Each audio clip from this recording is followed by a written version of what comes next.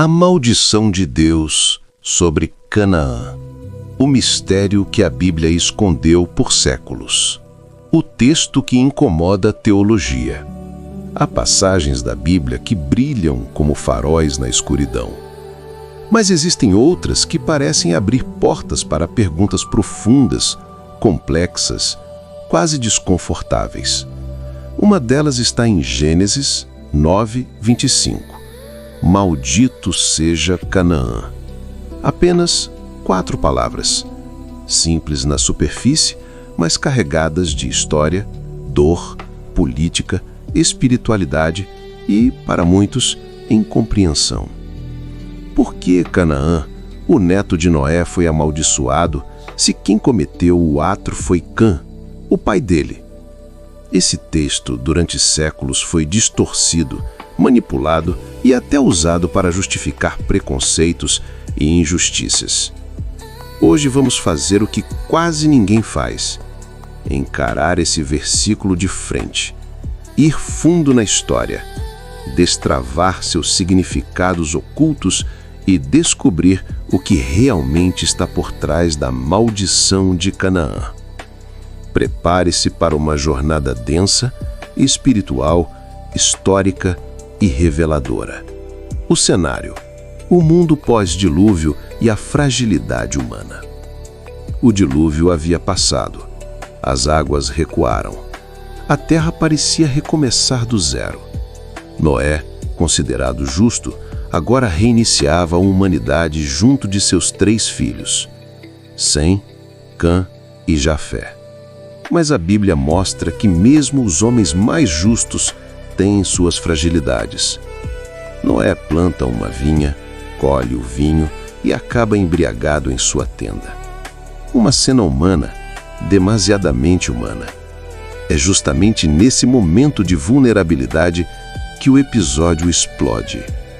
Cã vê a nudez do pai, conta aos irmãos, e quando Noé desperta, ele solta a sentença que ecoa por milênios: maldito seja Canaã.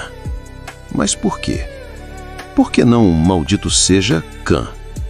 Por que o neto e não o pai? Algo muito maior está escondido nesse texto. Uma maldição que parece injusta e a tensão teológica. A primeira reação de quem lê Gênesis 9 é: isso não faz sentido. E realmente não faz, se lermos de forma isolada. O erro foi de Cã. A punição recai sobre Canaã, e essa maldição define o destino de povos inteiros. Do ponto de vista moral, parece injusto. Do ponto de vista espiritual, parece estranho. Do ponto de vista literário, parece incompleto. É aqui que a maioria dos sermões para, mas nós vamos além. Para entender esse versículo, precisamos entrar em 3 camadas: a política dos povos da antiguidade, especialmente israelitas e cananeus, o significado simbólico das genealogias no mundo hebraico e a possibilidade, muito debatida, de que essa não foi uma fala divina, mas humana, registrada dentro de um contexto específico. Vamos destravar tudo isso. A maldição como uma leitura política da história antiga. Os estudiosos modernos apontam algo essencial. A narrativa de Gênesis 9 circulava entre povos que tinham conflitos diretos com os descendentes de Canaã. Se há um povo que mais aparece como inimigo histórico de Israel, esse povo é os cananeus. Suas cidades eram disputadas, seus territórios eram cobiçados, suas práticas religiosas eram condenadas pelos profetas, suas alianças políticas eram perigosas. Então, quando os israelitas contavam sua origem, era comum incorporar interpretações teológicas da realidade política.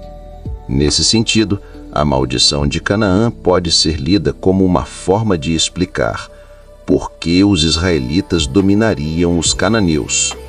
Ou, em outras palavras, uma justificativa histórica escrita após séculos de conflitos. Não como uma maldição literalmente pronunciada por Deus, mas como um recurso narrativo para explicar tensões reais entre povos rivais. A leitura espiritual. A maldição não é um decreto eterno. Muitos acreditam que maldição bíblica significa destino eterno, condenação espiritual, rejeição divina. Mas a Bíblia, do início ao fim, mostra que isso não é verdade. Toda maldição é condicional. Toda maldição pode ser revertida. Toda maldição tem propósito pedagógico e não destrutivo. E no caso de Canaã, há algo ainda mais profundo. A maldição não vem da boca de Deus, vem da boca de Noé. Isso muda tudo. Mas se está na Bíblia, é palavra de Deus. Sim, é palavra inspirada, mas não é Deus falando. É Noé, reagindo após acordar, possivelmente emocionalmente abalado, ferido, envergonhado. A Bíblia registra o que Deus fala e também o que as pessoas falam, incluindo suas emoções, seus erros e seus limites. Assim como Jó amaldiçoa o dia em que nasceu, Jeremias reclama contra Deus, Moisés erra, Elias entra em depressão, Davi cai em pecado, Jonas questiona a misericórdia divina. E tudo isso é registrado. Por quê? Porque a Bíblia é honesta sobre a condição humana. A maldição de Noé não é uma sentença divina eterna, mas o registro de um momento histórico, emocional e humano. A disputa entre Cã e Sem, um conflito que vira teologia. Sem é o ancestral dos hebreus. Cã é o ancestral dos povos vizinhos, incluindo Canaã, Egito, Etiópia, Líbia e populações semitas e africanas. A maldição ganha contornos políticos, geográficos e culturais. Ao amaldiçoar Canaã, Noé estaria simbolicamente afirmando: os descendentes de Sem dominarão os descendentes de Canaã.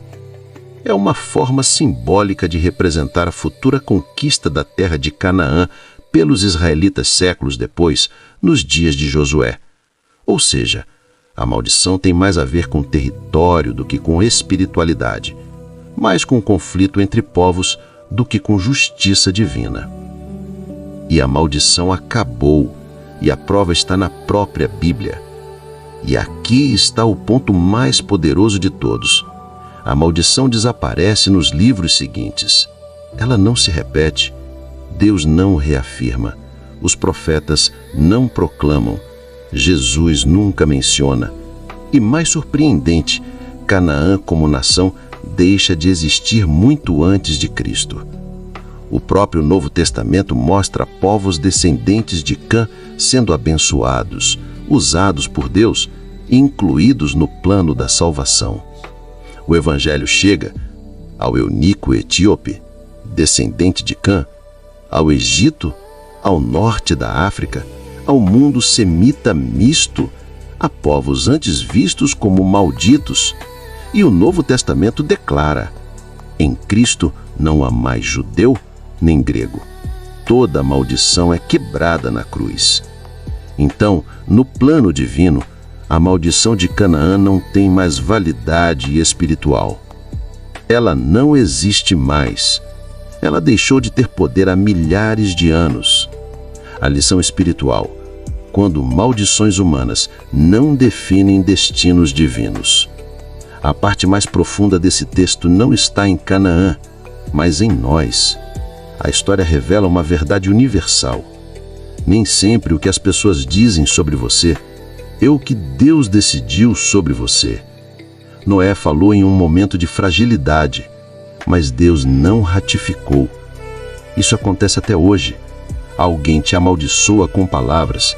Alguém diz que você nunca vai vencer. Alguém tenta te diminuir. Alguém tenta diminuir seu valor. Alguém tenta pôr uma etiqueta e definir seu destino. Mas assim como Canaã, nenhuma palavra humana tem autoridade final sobre seu futuro. O único que define sua história é Deus, E Deus é especialista em reverter sentenças, quebrar maldições, transformar histórias, reescrever destinos, levantar os improváveis, destruir expectativas humanas, mudar narrativas profundas e reconstruir identidades. A história de Canaã mostra uma lição eterna. O que o homem tenta amaldiçoar, Deus pode redimir. Conclusão: uma maldição que revela o coração de Deus. O episódio de Canaã não é sobre punição divina. É sobre política antiga, genealogias simbólicas, tensões entre povos, falhas humanas, interpretação teológica e, acima de tudo, a misericórdia de Deus prevalecendo sobre qualquer condenação humana. Maldito seja Canaã. Mas a história bíblica inteira responde: a misericórdia triunfa sobre o juízo. E a mensagem para nós hoje é clara: não aceite sobre sua vida nenhuma palavra que Deus não disse. Não carregue maldições que Deus não escreveu. Não tema sentenças humanas quando Deus tem graça, redenção e propósito para você.